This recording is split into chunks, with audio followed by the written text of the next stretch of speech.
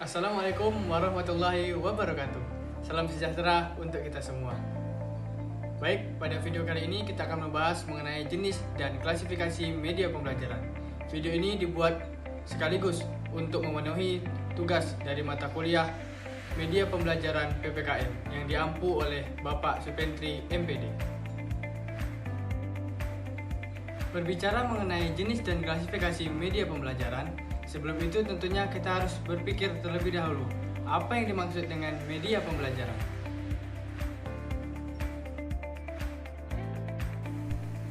Apa itu media? Kata media berasal dari bahasa Latin, yaitu medius, yang merupakan bentuk jamak dari kata medium, yang secara harfiah berarti perantara atau pengantar. Media dapat diartikan sebagai suatu bentuk dan saluran yang dapat digunakan dalam suatu proses penyajian informasi. Lalu, apa sih pengertian dari media pembelajaran? Media pembelajaran adalah segala sesuatu yang berupa orang, bahan, peralatan, atau kegiatan yang digunakan untuk menyalurkan informasi atau pesan yang dapat merangsang pikiran, perasaan, perhatian, dan kemauan peserta didik sehingga dapat mendorong terjadinya proses belajar.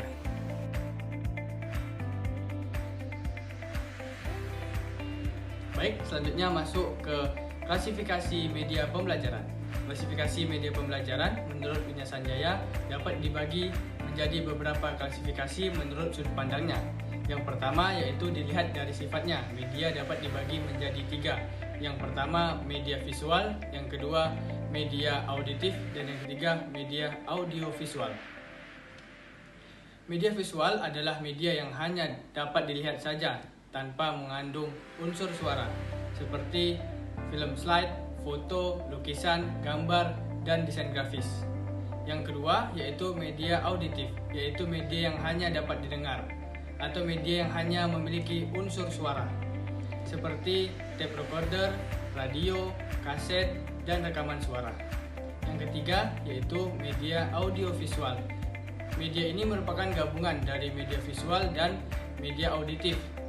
Media ini mengandung suara dan juga dapat dilihat, seperti film, video, televisi, dan sebagainya. Baik, yang kedua dilihat dari kemampuan jangkauannya. Media dapat dibagi menjadi dua, yaitu media yang memiliki jangkauan yang luas dan serentak, dan yang satu lagi media yang terbatas antar ruang. Media yang luas dan serentak contohnya adalah radio dan televisi. Radio dan televisi disiarkan secara serentak. Peserta didik dapat mempelajari hal-hal atau kejadian-kejadian secara serentak tanpa terbatas oleh suatu ruang.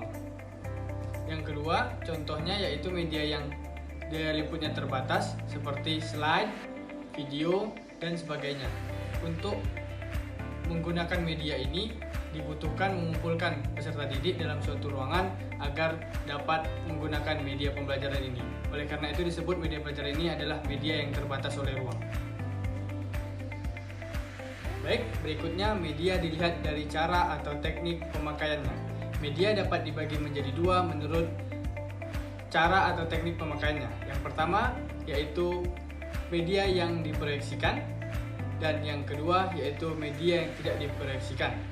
Media yang diproyeksikan adalah media yang mana memerlukan alat proyeksi untuk menggunakan media pembelajaran tersebut. Apabila tidak adanya alat proyeksi tersebut, maka media pembelajaran ini akan sulit diterapkan. Contohnya seperti PowerPoint, film slide, transparansi, dan komputer. Yang kedua yaitu media yang tidak diproyeksikan. Media ini adalah media yang tidak memerlukan alat proyeksi dalam penggunaannya, seperti yaitu gambar, foto, lukisan, radio, dan sebagainya.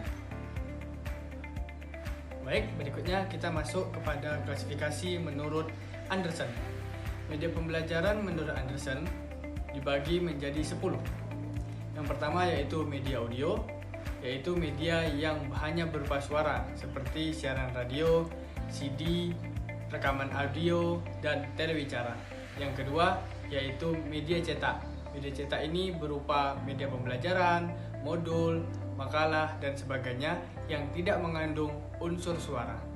Yang ketiga yaitu audio cetak, yaitu berupa buku yang dilengkapi dengan kaset.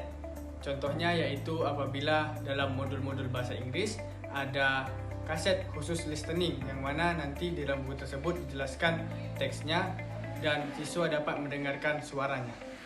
Yang keempat yaitu proyeksi visual diam, seperti OHT atau overhead transparency, dan slide yang tidak mengandung suara, hanya dapat dilihat. Yang kelima yaitu proyeksi audio visual diam, yaitu yang mana slide yang memiliki unsur suara tetapi dia tidak bergerak. Yang keenam ada visual gerak, yaitu media yang dapat dilihat tetapi tidak memiliki suara, seperti film bisu. Yang ketujuh ada namanya media audio visual gerak, yaitu yang mana media yang mengandung unsur suara dan dapat dilihat serta bergerak, seperti televisi, pemutaran VCD, film yang bergerak serta bersuara. Yang kedelapan ada objek fisik.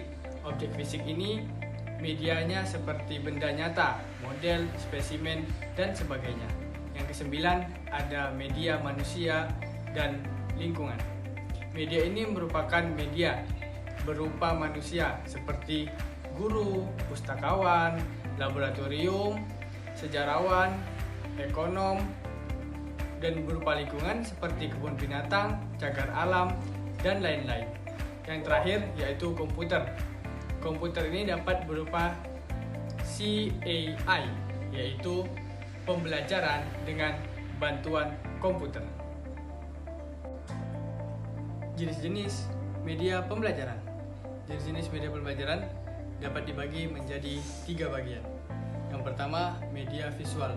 Media visual adalah media yang memiliki unsur yang dapat dilihat secara kasat mata, seperti gambar, foto, lukisan, poster, grafik, peta konsep, tabel, dan sebagainya.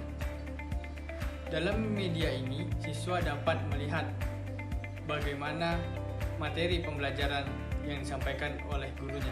Tetapi ada beberapa kekurangan, yaitu mungkin saja dibutuhkan audio sebagai bantuan siswa untuk memahami media visual ini. Selanjutnya yang kedua yaitu media audio. Media audio adalah media yang hanya berupa unsur suara, yaitu audio dalam bentuk audio. Contohnya yaitu seperti radio, rekaman suara, tape recorder, dan sebagainya. Media ini sangat berguna apabila digunakan pada suatu kondisi yang mana memang sulit untuk divisualisasikan. Tetapi kekurangannya adalah terkadang siswa membutuhkan visualisasi dari media pembelajaran tersebut. Jadi media ini sangat kurang efektif dalam pembelajaran. Yang ketiga yaitu media audiovisual. Media ini merupakan gabungan antara media visual dan media audiovisual yang digabungkan.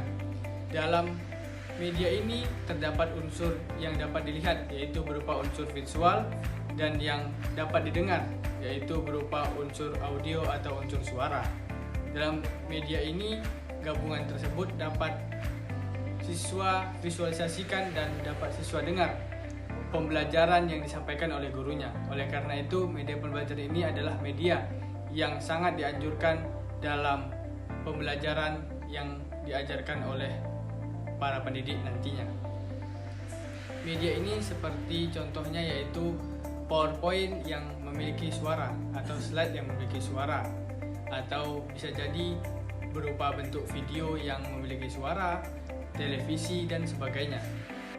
Tetapi kelemahan dari media ini adalah biayanya yang cukup mahal, karena mengingat merupakan gabungan dari media visual dan media audio tersebut. Baik, kita telah sampai di penghujung video kali ini. Sebelum itu, saya ingin memberikan sedikit kesimpulan pada video kali ini.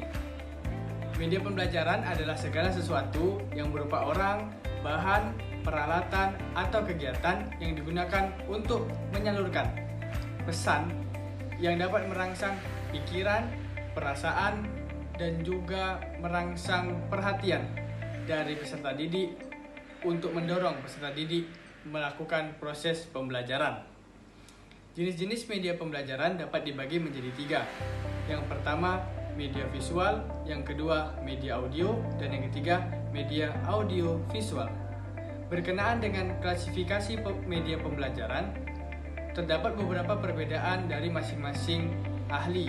Contohnya seperti yang dijabarkan pada video ini, yaitu menurut Sarah Sanjaya dan juga Anderson. Terdapat beberapa perbedaan, tetapi secara garis besar klasifikasi tersebut tidak jauh berbeda karena tidak jauh menyimpang dari jenis-jenis media pembelajaran tersebut. Sekian yang dapat saya sampaikan. Burung Irian, burung cendrawasih. Cukup sekian dan terima kasih. Wassalamualaikum warahmatullahi wabarakatuh.